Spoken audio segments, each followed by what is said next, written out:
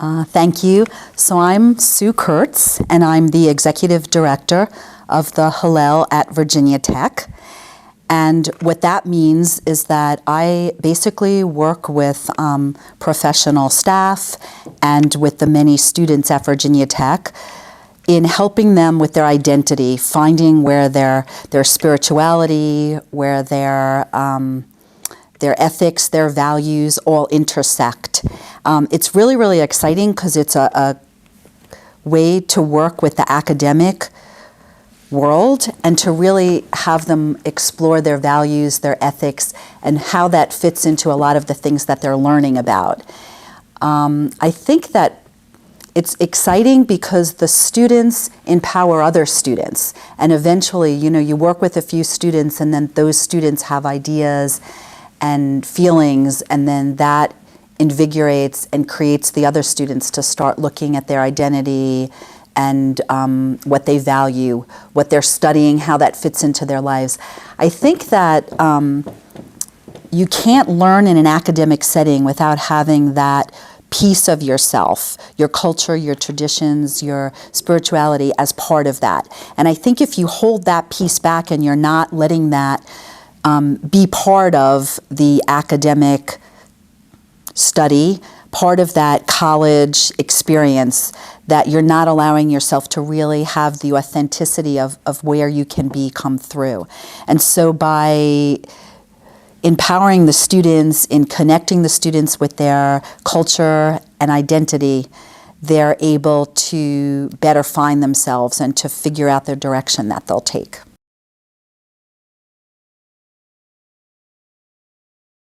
In New York, the majority of the population is Jewish, especially the majority of Long Island, New York, where we lived. And so when we came to Blacksburg, the first question most people asked us was, what church do you belong to? And when we said, oh, we don't belong to a church, we're in the Jewish community, and they said, oh, and then typically, oftentimes walked away because we wouldn't be part of their community. We wouldn't join their church and we wouldn't be part of their community. And after that happened several times, it was really scary. It was really concerning. It was really exclusionary. We really didn't feel part of the community.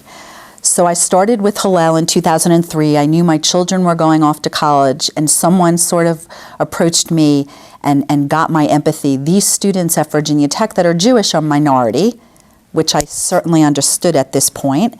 And they don't have anybody that's going to really advocate for them, for their voices to be heard.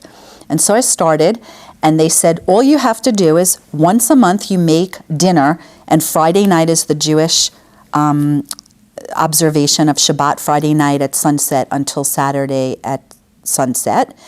And you bring them food once a month, and you drop it off at the Blacksburg Jewish Community Center, which is a wonderful lay-led Jewish community center, and then you leave, and that's all you have to do. And I said, oh, I can be the director of Hillel and just make a meal once a month. That's great, drop it off. So the first week I made the meal, I went to the Blacksburg Jewish Community Center, and I said, I'm going to hang out with them and just talk to them.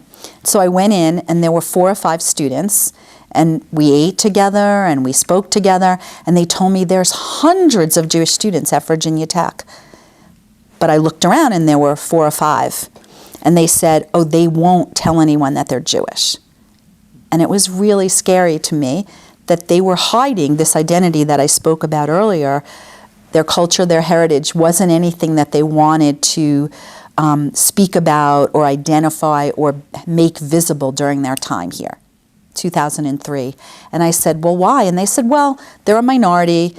They're not going to get anything for it. They're not going to be recognized. No one's going to understand anything about their culture identity, and they don't feel like explaining it to everyone. So they would rather just be part of their peer group and fit in, and that's what they care about. And it was really concerning to me. And at that time, and now, in some degree, being a minority within the campus is something that people have to push through. They have to challenge themselves to have their voices heard, and they have to be proud and secure in that identity time period, that what they're saying, what they feel, that their heritage and culture is valued and can be shared, and that there's similarities, there's commonalities, there's differences that will be respected, and that we can speak to each other about those things in a really open and inclusive way.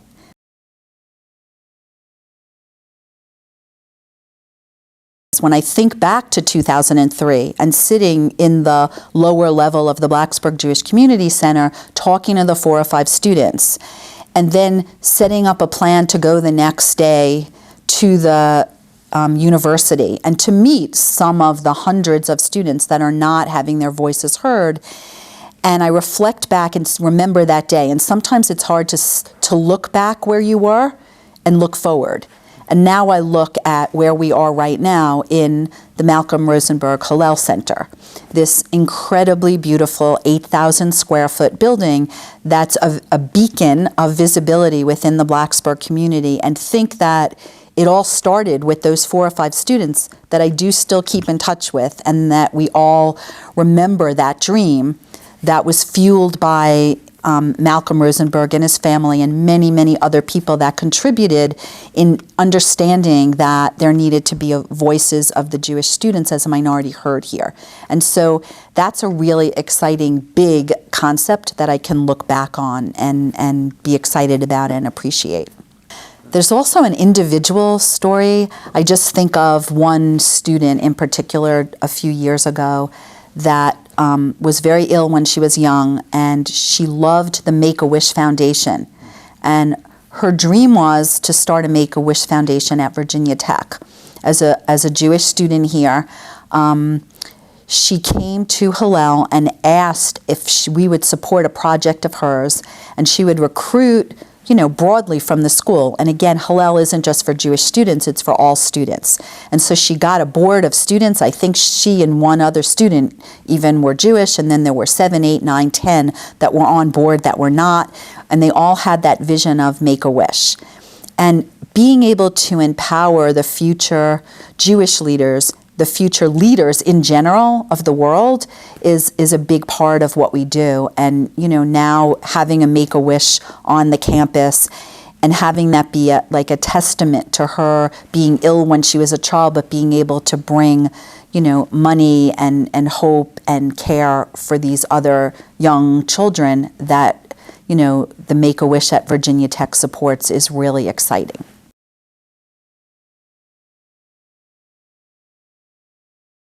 We work with some leadership programs, and so that's a really big part of what we do. We have a leadership retreat every fall and every spring, and then we have continual leadership training that's ongoing. We integrate it with the university's concepts, and we work a lot with the aspirations and with Strength Quest. So students understand their strengths, their top 5 strengths, and how they can use those with other students in being the most effective, the most empowering. We really try to have them learn leadership so that their lifestyle, the ethics, the things that they believe are really, really in their heart. And so they make decisions on a minute-to-minute, hour-to-hour, daily basis that really meet the ethics and the things that they believe in. And I think those leadership retreats that are very thoughtful, intentional, deep thinking and reflection about what's important to you. Why are you studying what you're studying? And how do you think you can create and challenge and make the world a better place with the education and the things that you're learning? And constantly integrating that into the leadership, into the programming, into the things that we do.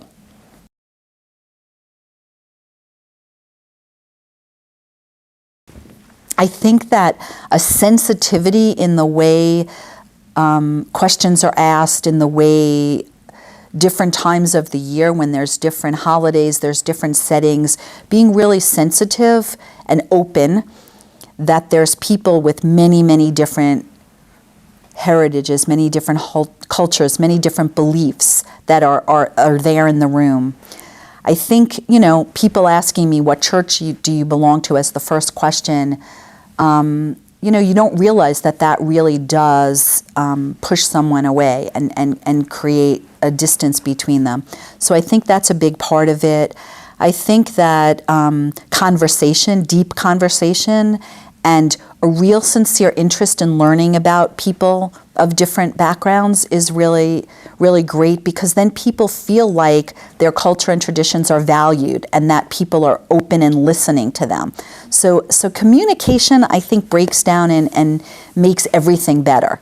So I think another thing that we could do, as Jewish students, as Jewish faculty, as Jewish leaders, as well as non-Jewish faculty, students, and leaders, is to participate in each other's programs. Because when you ask me what programs do, we have a Daniel Pearl Music Day, which is bringing people together to listen to music from all diverse backgrounds. And before we have that big major concert, we watch a film and we have a discussion together about, maybe who are we responsible for? How do we interact with each other? So we participate in, and we're sort of talking about making a commitment to be more proactive in visiting other groups and learning more about their culture and traditions, and in turn sharing ours. So I think maybe trying to be aware of other things. We sort of all program in silos and we all do things. And so, I don't want Hillel to just have Hillel students at Hillel. We do Krav Maga in this building now, and so that's open, and the majority of the students that come to that are not Jewish. But the exciting thing is when they come, they ask questions.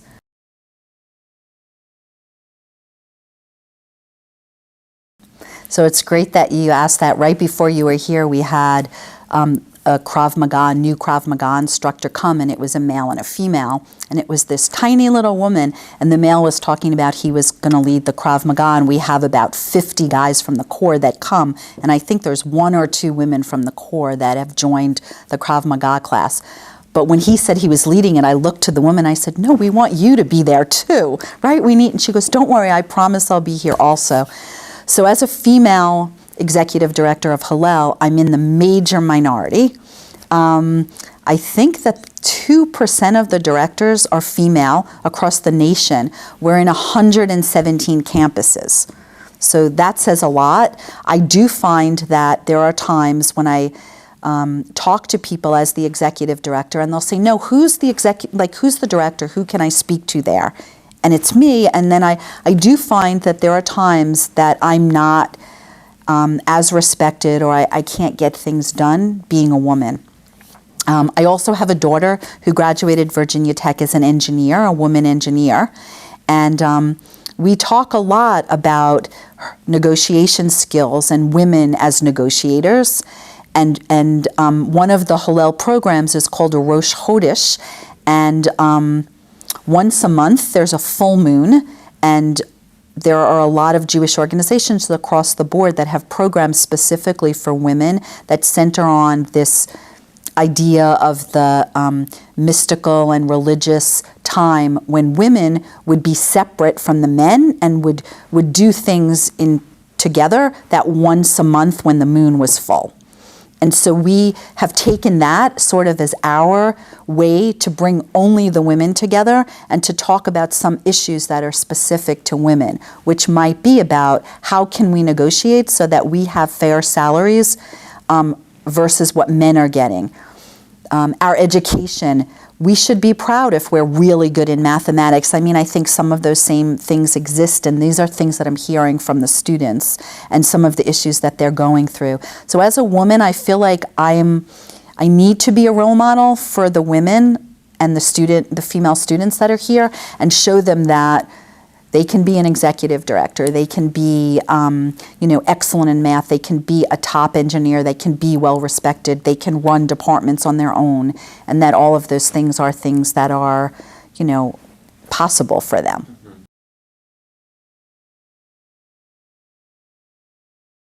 I see you're a member of Hillel here, so if you don't mind telling us how Hillel has impacted your experience at Virginia Tech. Hillel is integral to my experience here at Virginia Tech.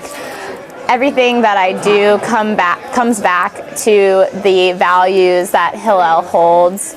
My Jewish identity is incredibly important to me, but in addition, the diversity, the values of having diversity in your community is so integral to Hillel's vision, and it is as well to mine.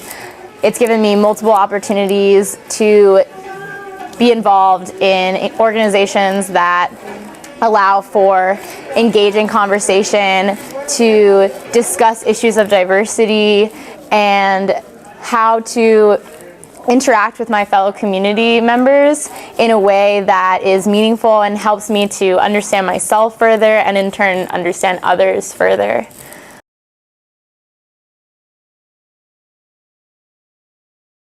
I have been a fellow for Ask Big Questions for 2 years, which is an initiative of Hillel International, and it is we try and bring diverse groups of students together to have meaningful conversation. And then I've also been the vice president and now the supervisor of the SEDEC committee, which focuses on social justice, community service, and environmental work. And so through those organizations, I've put on multiple events, led multiple service trips, had interfaith events and trips, and have had a lot of opportunity to engage with the Jewish community and also other faith-based communities and just the general Virginia Tech community.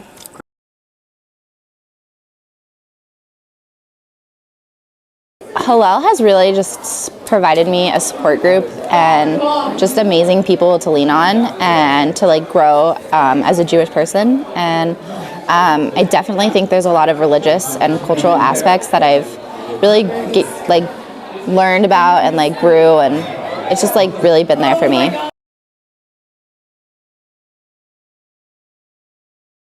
I was able to go to Israel this past winter because of Hillel, because Hillel let me be who I am and showed me that I am a Jew, even if I wasn't always aware that I was a Jew. And so getting to be connected to my people and getting to be who I am and recognize a part of myself that was a little closed off is really important, and I'm really glad that I came here.